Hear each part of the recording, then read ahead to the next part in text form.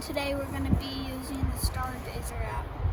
So we are going to practice our observation skills looking at the stars and planets. Just like observing the moon, it's a great way to use your observation skills. It takes a little bit of patience, some quiet time outside at night.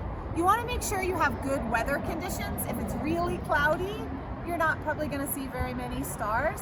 Also, if you live in a big city, there's something called light pollution, and all the lights in the city can make it really difficult to see the night sky. So you may have to take a little trip outside of the city to find a darker place. We are super lucky. We see lots of stars. Yeah, in fact, there's so many sometimes it can be hard to pick out the constellations and the biggest stars. So if you want to have a good time doing this, you need to make sure that you are dressed for the weather. If it's cold out, have plenty of warm stuff. It's a little chilly here today. If your kids are anything like my kids, they love to have snacks and water. That makes any outdoor adventure even more fun. And then you need to be prepared with the things that to help them see what's in the sky. So ipsit.org has some great maps you can print out. You can print them out by hemisphere and time of year. So this is the Northern Hemisphere map for spring, early summer. And these are some of the main constellations that we should be able to see in the sky right now. So we have a little stargazing night sky journal that you can print off and use to make your own observations. And I highly recommend you can use the maps, but apps are a great one. Stargazer is the one that we've been using. Griffin, how do you use it?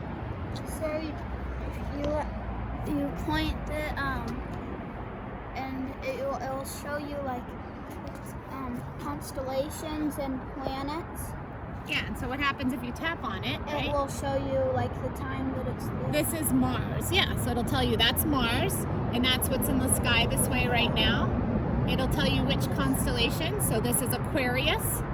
So obviously it's the daytime, and we can't really see these, but it's a great way to practice holding it and seeing what would be there.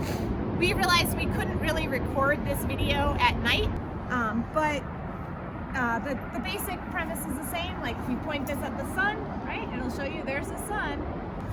So it's great to be able to lay down flat when you're stargazing because you want to look up at the sky. You need an open area. So we actually chose our driveway because it's open here. And what do you see up there, Mark? Let me see. Oh, look, there's the moon. So, right? And we see the moon. So Right tiny. next to it is a constellation. Yeah, which constellation is that? That's Aries. Yeah. And then the moon. And can you guys show the moon's up there now, right? So another thing to consider is the phase of the moon, and that's why we did that video first. So what phase is the moon in right now, Griffin? Waning crescent. Waning crescent. So it's almost a new moon. Yeah. So it's extra dark at night right now. So while the stars are not the only bright thing in our sky, right? We have moon, planets that you can often see. The sun is in our daytime sky. And satellites. And also in the summertime, if you go out in the middle of the night when it's really dark, sometimes you can see the Milky Way, and that's pretty cool to find as well. But these apps will tell you the difference, right, between a star and a planet. Sometimes it's hard to tell. Planets are usually brighter. Yeah, they're actually closer to They us. look the same. Yeah, they just look like a very big, bright star.